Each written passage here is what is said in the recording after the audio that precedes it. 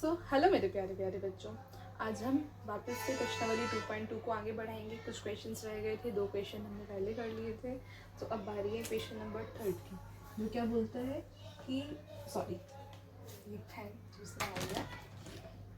हाँ, क्वेश्चन बोलता है कि हमको शून्यकों का योग दिया है और शून्यकों का गुणनफल दिया है और हमको क्या निकालना है, बहुपद निकाल के देना है। ठीक है, अब ये क्या है, शून्यकों का योग है, ये शून्यकों का गुणनफल दिया है। अब हमको निकालना है बहुपद।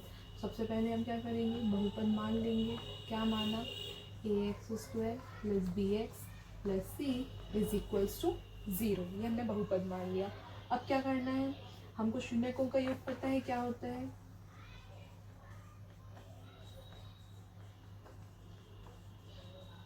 -b/a, और शून्यकों का योग हमको कितना दिया है, 0 -b/a। दैट मीन्स जो हमको -b/a है उसकी पूरे की वैल्यू क्या दे के रखिए, 0। इसका मतलब जो b होगा वो 0 होगा और a कुछ रहा होगा, और b 0 होने के कारण a भी 0 हो गया। देखते हैं आगे, शून्यकों का गुणनफल क्या हो गया, c/a। शून्य का गुणनफल हमको क्या दिया है, 0 नहीं, √5 c/a। दैट मीन्स c की वैल्यू जो मिली हमको √5 मिली, a की वैल्यू जो मिली वो हमको यहाँ से क्या मिली, 1 मिली। ओके, तो हमको क्या मिली, a की वैल्यू 1, b की वैल्यू 0, c की वैल्यू √5। अब ये सारी वैल्यू हम कहाँ पुट कर देंगे, यहाँ इसको इक्वेशन नंबर 1 दे दो, इसमें पुट कर देंगे तो हमको क्या मिलेगा, a की जगह पे 1 पुट किया, 1x², b की जगह पे 0x, c की जगह पे √5। ठीक है, ये अपना बहुपद मिल गया।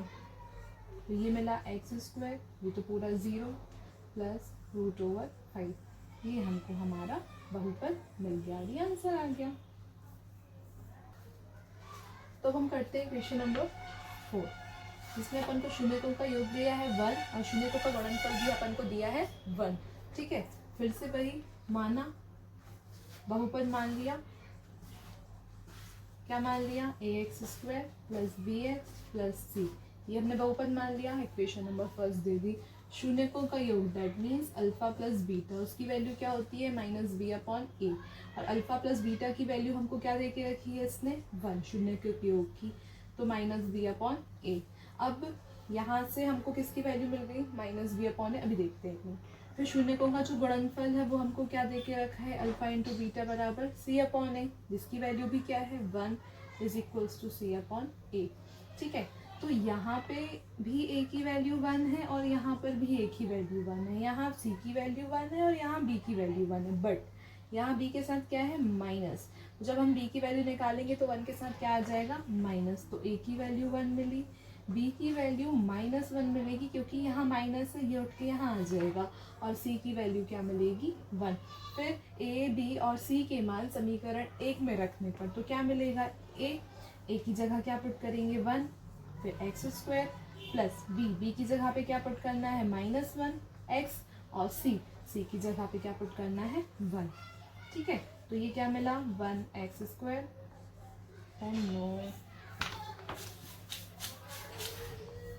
हाँ क्या मिला, आई थिंक इसकी इंक खत्म हो गई है,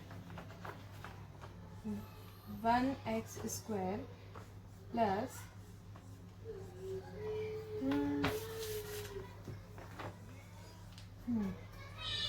1x² plus minus of x and +1। तो ये क्या मिल गया हमको, हमारा बहुपद मिल गया। ठीक है, अब हम करते हैं क्वेश्चन नंबर 5 इसका। 5 जिसकी वैल्यू क्या है, शून्यकों का योग दिया है -1/4 और शून्यकों का गुणनफल दिया है 1/4। ये मैंने मिटाया नहीं है, वही सेम लिखा हुआ है। तो हम अल्फा + बीटा दैट मीन शून्यकों का योग, उसकी वैल्यू क्या होती है, -b/a, और अपन को क्या वैल्यू दे के रखी है, -1/4 = -b/a।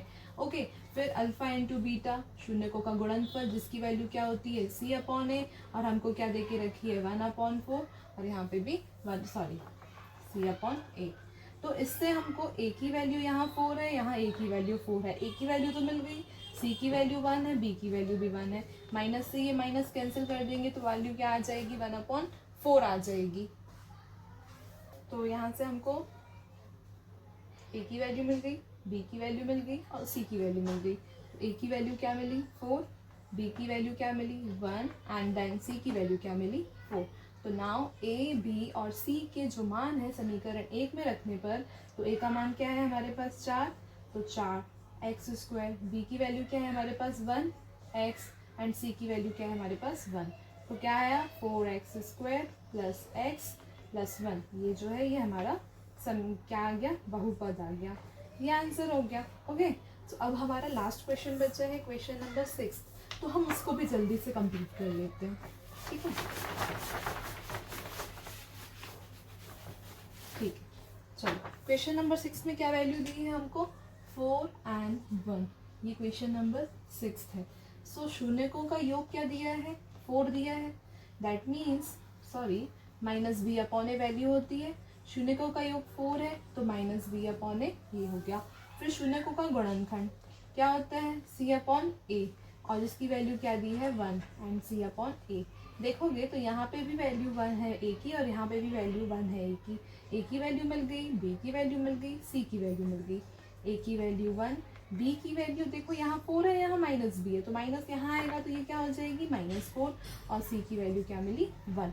ए बी और सी के मान समीकरण 1 में रखने पर, तो ए की जगह पे 1 रख दिया, x² प्लस बी की जगह पे -4x प्लस सी की जगह पे 1 रख दिया। तो क्या वैल्यू मिली x² plus -4x and plus 1। तो ये हमको हमारा क्या मिल गया, बहुपद मिल गया। ओके, तो प्रश्नावली 2.2 खत्म हुई और इसी के साथ हमारा चैप्टर 2 भी खत्म हुआ। और नेक्स्ट वीडियो में मैं आपको मिलूंगी चैप्टर 2 के इम्पॉर्टेंट क्वेश्चंस के साथ, और वो क्वेश्चंस ऐसे रहेंगे कि अगर आपने उन क्वेश्चंस को पढ़ लिया तो मतलब आपसे पेपर बनेगा, डेफिनेटली पेपर बनेगा। तो प्लीज़ उस वीडियो को ज़रूर देखें, अपने फ्रेंड्स के साथ शेयर करें, बोर्ड एग्जाम में वो वीडियो आपको बहुत काम आएगा। ओके, सो मिलते हैं नेक्स्ट वीडियो में और नेक्स्ट चैप्टर के साथ। तब तक बने रहिए, पढ़ते रहिए, खुश रहिए। Bye bye.